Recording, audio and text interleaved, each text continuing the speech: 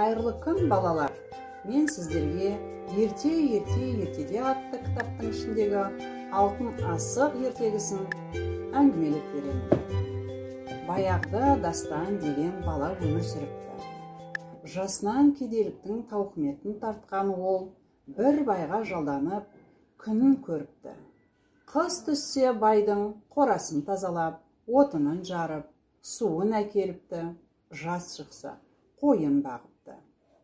Бай ол бағып келген қойды күнде санап түгендеп отырады екен.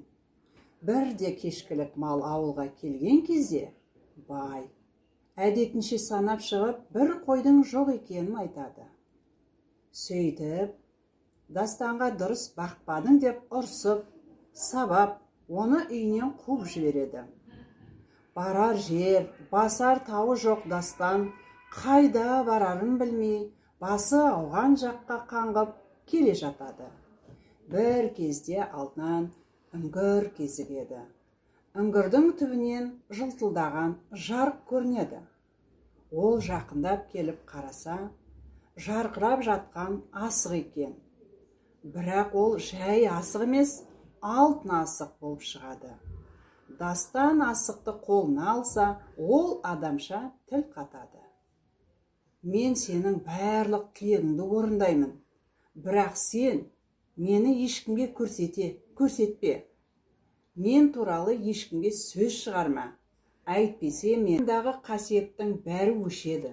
Сол кезде Дастан: ендеше мен байдың бір қойын жоғалтып алдым.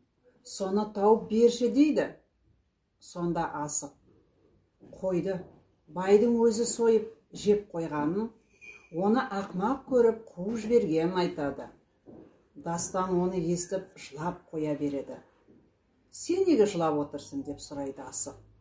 Дастан өзінің кедей екен, ешқашан тойып тамақ ішпегенін айтып, мұңын шағады.